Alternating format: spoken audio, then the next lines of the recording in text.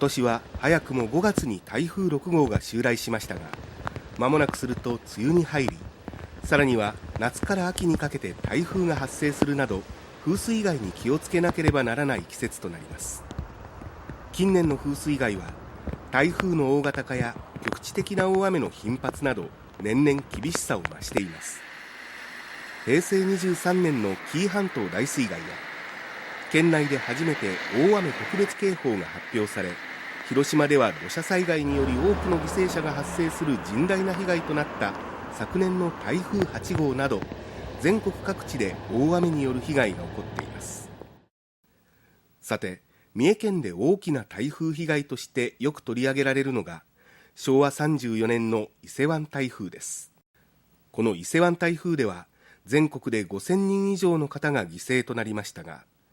三重県内だけでもおよそ1300人の方が犠牲となり、被災された方は32万人に上りました。そのような中、海岸堤防が決壊し、多くの家屋が倒壊、床上浸水したにもかかわらず、1名の犠牲者も出さなかったのが、今の四日市市の海沿いにあった旧楠町です。楠町で人的被害を軽減できた最大の理由は、独自に気象情報を分析し、まだ雨が降り出す前から避難を開始したことでした。当時、町の職員として対応に当たった長谷川豊治さん、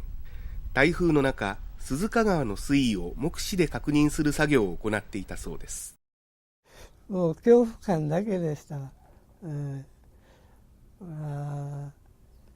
う何も考えられない。とにかく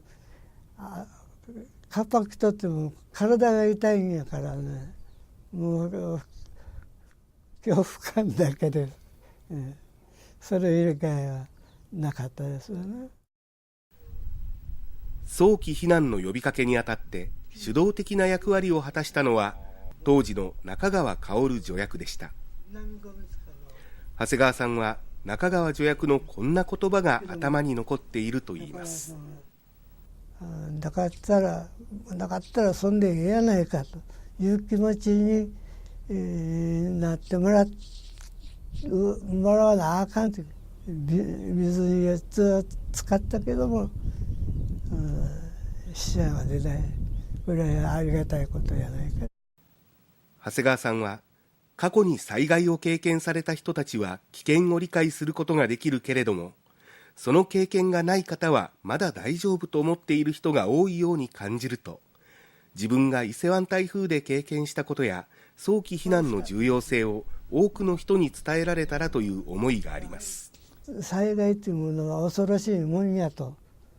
いう認識はみんな持ってもらいたいなと思う。たとえそれがなかっても、中川さんのやないけども、なかったらそんでいけやないかというのが、